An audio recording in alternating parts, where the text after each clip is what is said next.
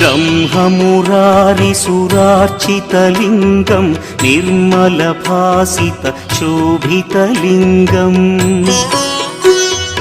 जन्मज दुःखविनाशकलिङ्गं तत्प्रणमामि सदा शिवलिङ्गम् देवमुनिप्रवरार्चितलिङ्गं कामदहन करुणाकरलिङ्गम्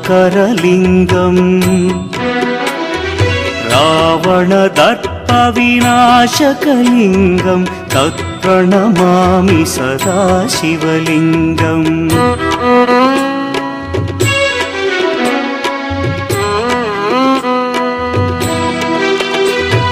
सर्वसुगन्धसुलेपितलिङ्गं बुद्धिविवर्धनकारणलिङ्गं सिद्धसुरासुरवन्द्य